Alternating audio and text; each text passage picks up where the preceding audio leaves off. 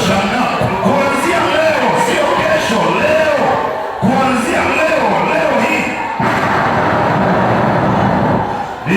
shikitaya makushaka rokotema kushiki. Wengine mtakuwa manabii na wengine na huduma zinaanza kutembea kwa namna ya pekee sana. Bwana anasema lazima utiwe mafuta, uwe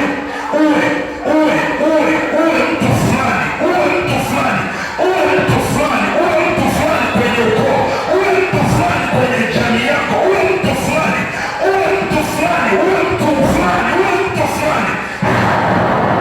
Kila nafasi uliyokuwa unataka unahitaji upako ili uwe kwenye nafasi hiyo.